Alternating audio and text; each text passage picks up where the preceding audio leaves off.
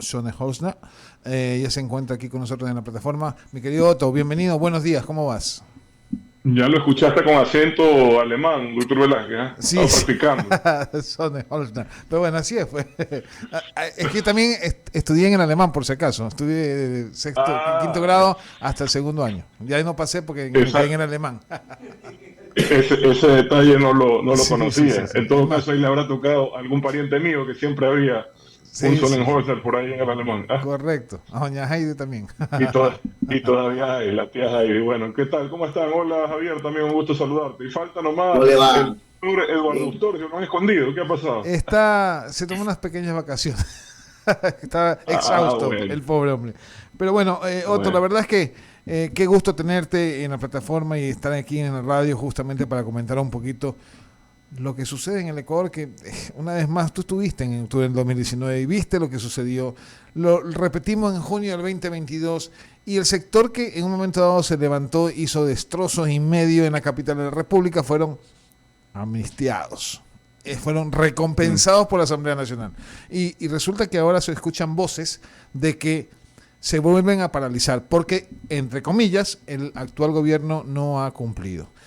Más allá de gobiernos o no, creo que eso es un mal para el Ecuador, es un mal para los ecuatorianos, que un solo sector se imponga y que un solo sector sea el dictador justamente de ciertas medidas. ¿Cómo ves tú el tema y desde allá y después de la experiencia de haber tenido justamente en tus manos este tema, cómo lo ves y qué es lo que se avecina para el Ecuador? Bueno, con preocupación, con pena también, porque la historia nos dice que de esos eventos los ciudadanos no son nunca los ganadores y los que ganan son quizás uno u otro dirigente que quieren hacer del caos su plataforma política electoral. Pero yo te pregunto, en el 2019 el costo fue muy alto del paro, el costo en vidas, el costo en seguridad, el costo en el bienestar de la ciudadanía, el costo económico, las pérdidas patrimoniales, fueron gigantes. Se cometieron actos de terrorismo que estaban siendo juzgados. Mientras estaban siendo juzgados y esas personas tenían que responder por sus excesos, quizás hubo cierta calma, pero el rato que hay impunidad, ¿ya? A través de las amnistías, sencillamente eso es patente de corso para poner el país patas arriba cada vez que les dé la gana. Claro. Y además con un agravante que nadie ve. Tú eres abogado, si no me equivoco, ¿verdad? No, no, ingeniero comercial, Las... pero sí tengo algunos Ah, abogados. bueno. Pensaba que era un tema familiar lo de la Sí, yo abogacía, sé, ¿no? todos son Pero, abogados, menos yo. Bueno, pero bueno, tranquilo. te decía que con un agravante. Ujú. La amnistía es el olvido. Y cuando uno olvida un hecho, olvida la totalidad del hecho. Claro, Pero en este caso solo amnistiaron a los que tenían panas en la asamblea. claro. A la fuerza pública, a los que salieron a defender la paz, el bienestar de los ciudadanos. Quizás algunos pueden haber cometido excesos y merecían ser juzgados. Pero si solo los dejan en juzgamiento a ellos y a los otros los amnistían, ¿qué policía, qué militar va a salir a imponer la paz y el orden en Nadie, defensa de los intereses del resto de los ecuatorianos? nadie. Dime tú. Entonces Ninguno. fue un atropello total, una amnistía a la carta, solo para los que tienen, como te decía, panas en la asamblea. Para eso buscan el poder, para sus intereses personales, que normalmente pasan por la impunidad, la venganza y en los peores casos inclusive por el enriquecimiento personal, ¿ya? Con ese agravante tan serio que excluyeron a la fuerza pública de la amnistía. Hasta donde yo sé, eso no existe. La amnistía es sobre la totalidad de los hechos, siempre. Pero bueno, creo que el gobierno también tiene responsabilidad en esto. Poco o nada hizo para evitar que eso ocurra. En alguna forma, hasta asambleístas muy, digamos, destacados del oficialismo, como el señor Villavicencio, votó por las amnistías, ¿ya? Y ahí tienes tú los resultados, un país que cada vez que le dé la gana a uno, dos o tres dirigentes, se pondrá contra las cuerdas, su estabilidad, su viabilidad, su reputación, porque también las empresas empiezan a decir, yo para qué voy a ir allá a invertir, ¿verdad?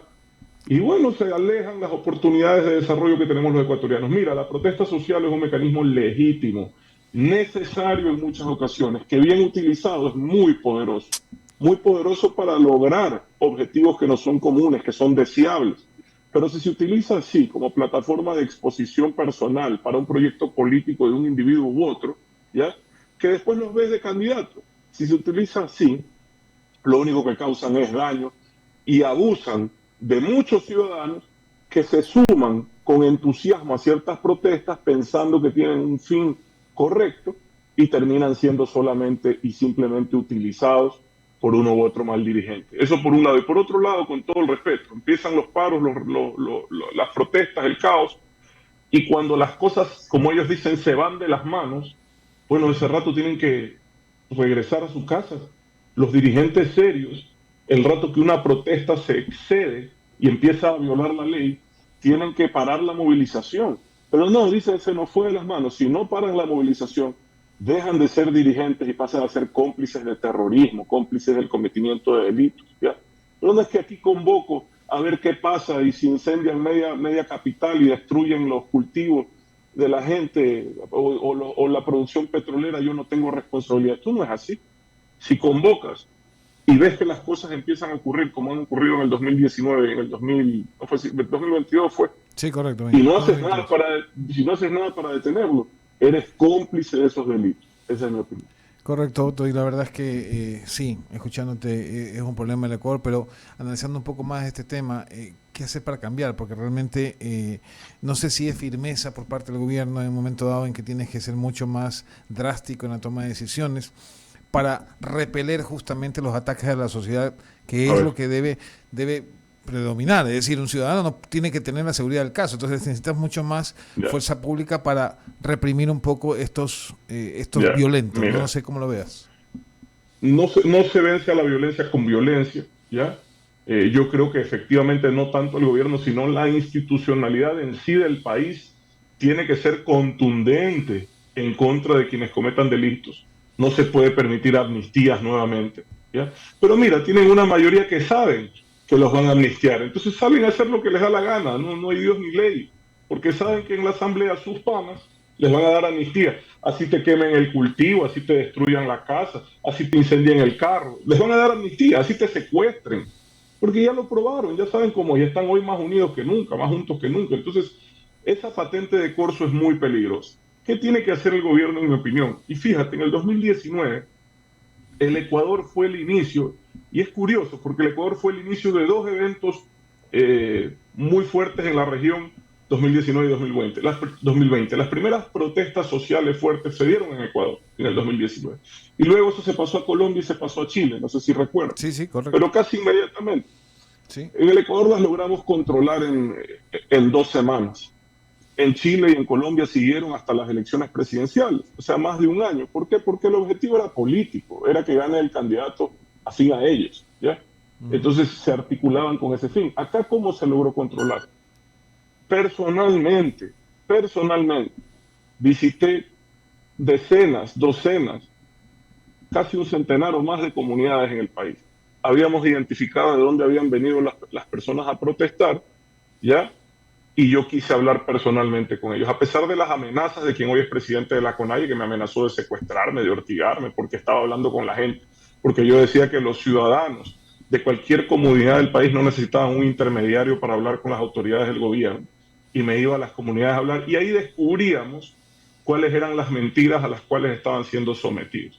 No sin esto quitarles el malestar legítimo que tenían con la situación del país y quizás la mucha responsabilidad que tenía el gobierno en esa situación. Pero las mentiras que pasaban, y usted va a hacer memoria y se acordará, pasaban porque decían que las decisiones económicas que se habían tomado era para darle bonos a los migrantes venezolanos. No sé si te acuerdas de eso. Sí, y eso había prosperado. Yo a cualquier comunidad que entraba eso le decía. Entonces fuimos a combatir la mentira con la verdad, cara a cara, uno a uno, mirando a esos ciudadanos a los ojos, ¿ya? Y se logró en alguna forma quitarle las bases a los dirigentes que querían mal utilizar a esas personas, y se llegó a acuerdos con esos ciudadanos en compra de leche, en temas que tenían que ver con su producción agrícola y la comercialización de esa producción agrícola, que se cumplieron, por lo menos mientras yo estuve. Después vino el COVID, que fue el segundo evento que inició en el Ecuador, en la región, todo se alteró, pero te decía, en ambos casos, tanto como en las protestas, al igual que en el COVID, arrancó en el Ecuador, fuimos los primeros en tener que lidiar con ese problema, pero también fuimos los primeros en resolverlo. El COVID en Ecuador, los picos de fallecimientos, y no quiero decir que el COVID se acabó en esa fecha, pero digamos, se logró una estabilización de la pandemia en mayo, El resto de países siguieron cerrados hasta un año, año y medio después Argentina. Nosotros a partir de mayo, mediados de mayo, ya estábamos casi al 100% operativos como país y Sí, no volvimos a tener ningún pico. Lo mismo con los paros. En 2 semanas se controló y no volvimos a tener ningún tipo de incidente. Entonces, ah, sí hay capacidad desde el gobierno para resolver este problema, sí hay acciones que se pueden tomar, pero pasan, créeme, pasan por obviar tener que conversar con malos dirigentes y acercarse directamente a las comunidades a escuchar sus problemas y tratar de brindarles soluciones, pero sobre todo a llevar la verdad, sin mentiras, la verdad, sin manipulación, reconociendo errores, aceptando culpas, pero ofreciendo soluciones. y cumpliendo. Ok, le voy a dar paso a Javier Segarra, que está con nosotros también para seguir la entrevista. Adelante, Javier. Gracias, Jaime, economista. ¿Cómo le va? Buenos días. Cuando usted ha señalado esto, que visitaba las zonas en esa época en la que se produjo también un levantamiento o una manifestación, movilización, como quieran llamarse, me pregunto entonces, ¿falta ejecutabilidad actualmente? Yo te repito, creo que el gobierno, y esto lo vengo diciendo hace mucho tiempo, tiene serísimos problemas de gestión en cosas que, en mi opinión, se podrían haber resuelto hace mucho tiempo y que generan malestar en la ciudadanía y se refleja en los niveles de indicadores de aceptación del gobierno. Ahora, eh, aquí hay algunas reflexiones que hacer. Aceptación baja no es igual a terminación anticipada del mandato. Perder una consulta popular no es igual a terminación anticipada del mandato. ¿Por qué no dijeron lo mismo cuando Evo y Boric perdieron las consultas populares en Chile y en Bolivia? ¿Por qué no salieron a decir entonces que hasta ahí llegaba el mandato de ellos? Uno no puede tener visiones institucionales según afectos y desafectos políticos. Las visiones institucionales se tienen que cumplir independientemente de quién gobierne. Y tú recordarás cuando al expresidente Correa le hicieron esta protesta policial, el famoso 30S, yo fui el único representante, yo era el líder gremial, muy crítico del gobierno del señor Correa por sus atropellos a la libertad de expresión, por la corrupción, y salí a defender la institucionalidad del país. Fui muy criticado por eso. Lo mismo hice cuando estuve en un gobierno cuya estabilidad también se vio afectada. Y lo mismo vuelvo a hacer hoy, no tiene nada que ver con las afinidades, los afectos y los desafectos políticos. Tiene todo que ver con desarrollar un país con un marco institucional sólido, estable, que resista los intereses protervos que suelen haber por lo general en las clases políticas. Y el gobierno no puede quedarse solo escudado detrás de esa institucionalidad que muchos defendemos, sino que tiene que hacer méritos para merecer continuar. Porque para mí, dentro de las muchas vías constitucionales que existen para anticipar la terminación de un mandato en el Ecuador, muerte cruzada, juicio político, la única realmente legítima, en mi opinión, es la revocatoria de mandato vía consulta popular, porque en la vida las cosas se deshacen como se hicieron. Entonces, si la gente votó en un 50 y tanto% para que este señor sea presidente, bueno, si la gente ya no quiere, pues y en las urnas decide que hasta llegue su mandato, esa es otra historia, Javier. Pero los paros, los juicios políticos forzados, ¿ya? O las muertes cruzadas provocadas son mecanismos que afectan mucho la estabilidad del país. Tanto así que afecta que, como usted señala, estos intereses protervos en la política, yo no termino de entender qué argumento desde el punto de vista jurídico podrá tener lo que plantea la Asamblea Nacional como un juicio político, que finalmente tendrá que ir al Pleno de la Asamblea y luego a la Corte Constitucional para que decida. Verá, creo que si algo bueno quedó, y qué pena que no está Eduardo ahí, pero si algo bueno quedó de esa etapa de transición institucional fue la Corte Constitucional. ¿Ya? Tienen defectos, sin duda, yo he tenido reparos a muchos de los fallos que han emitido, pero creo que jamás, por lo menos hasta hoy, pondría en duda su honorabilidad. Una cosa es que tengamos diferencias en la interpretación constitucional o la apreciación del derecho, y otra cosa es que yo a ellos los pueda acusar de actuar de forma, digamos, sin honorabilidad. No lo puedo hacer. Cosa que no podría decir de la que ellos reemplazaron, pues, en donde una de sus máximas autoridades era la cajera de las coimas. O sea, así a ese nivel. Entonces, confesado por ella y sentenciada, por cierto, no es que yo me estoy aquí inventando nada. Entonces, las coimas del gobierno, o sea, demostrando no solo la corrupción, sino la dependencia con el Ejecutivo. Entonces, Javier, sí, yo coincido contigo El juicio político, insisto, en el Ecuador por lo general se ha utilizado como herramienta de retaliación política, ¿ya?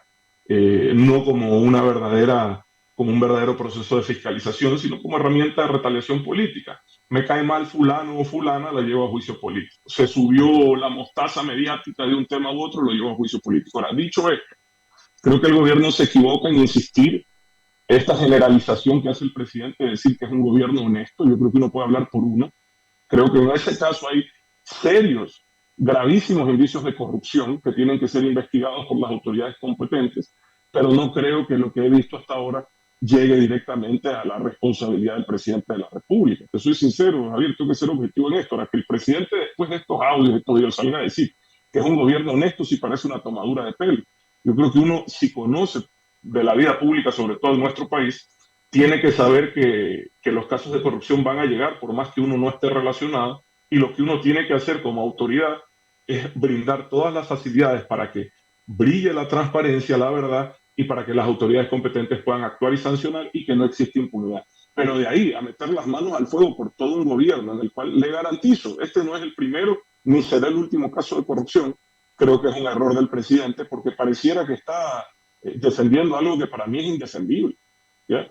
Que es que ha habido un individuo a cargo de las empresas públicas asociado con otro, relacionado con la bancada de oposición, que son unas cosas que solo en Ecuador se ha puesto a ver, solo en el Ecuador, o sea, se hace plata desde el gobierno de Correa Moreno, un tipo, ¿ya? Para beneficiar al bloque político que está en contra de Moreno, de las, increíble, para financiarles la campaña, Javier.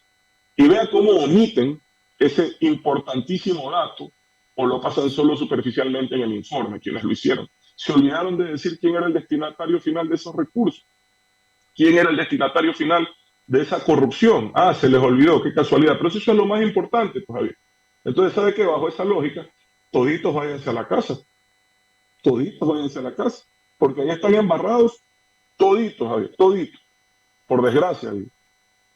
Lo que pasa es que en este país, economista, de alguna u otra manera, los ecuatorianos hemos vivido una situación de inestabilidad porque los intereses políticos han estado sobre los intereses de los ciudadanos y no hemos sabido tener un manejo adecuado para consolidar esa institucionalidad de la que tanto se requiere para una gobernabilidad que permita el desarrollo de un país.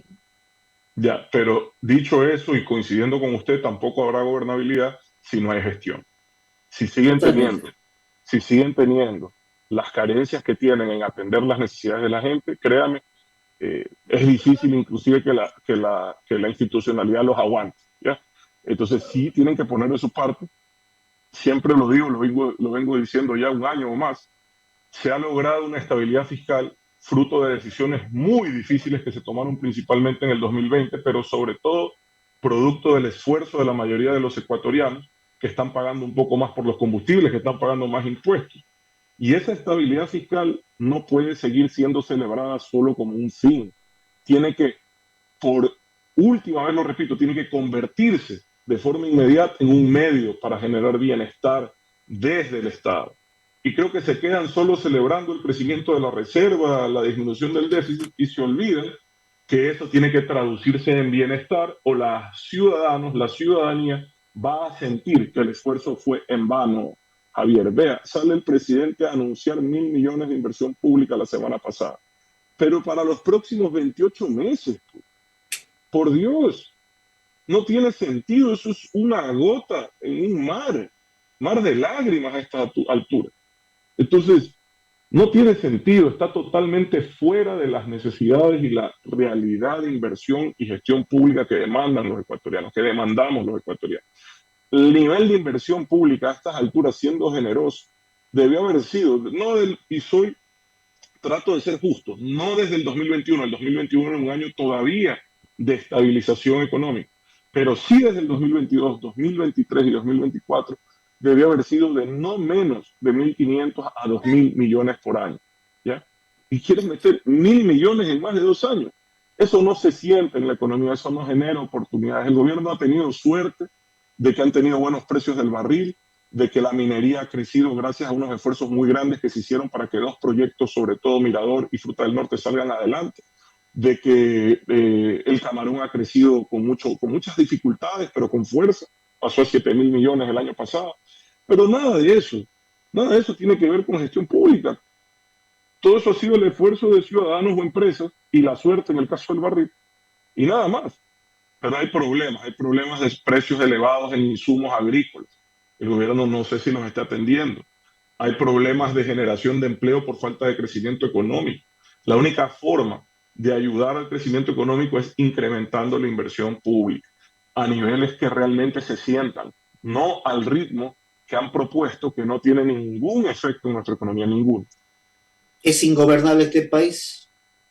No si se hacen bien las cosas, no si se trabaja concentrado en resolver los problemas de la gente, no si en este tipo de circunstancias te olvidas, que es lo que hay que hacer, de los políticos que solo quieren sembrar caos para cosechar beneficios personales y te concentras, insisto, en una gestión que dé resultados. Ahora, eso es fácil decirlo nomás, yo ya he estado del otro lado. Lo difícil es hacerlo, pero alguien tiene que hacerlo, pues. Alguien, si no, nos damos por vencidos y que venga nuevamente el autoritarismo a tomarse al Ecuador.